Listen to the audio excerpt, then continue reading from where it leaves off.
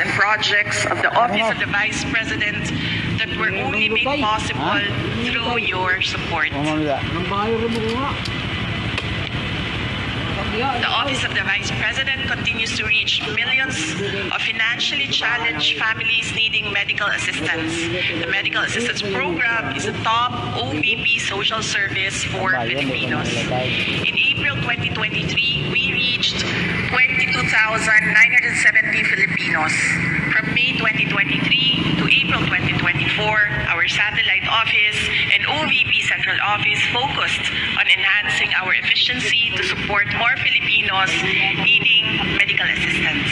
As a result, by April 2024, we quadrupled our reach and assisted 119,234 individuals. One of our beneficiaries was a boy from Eastern Samar.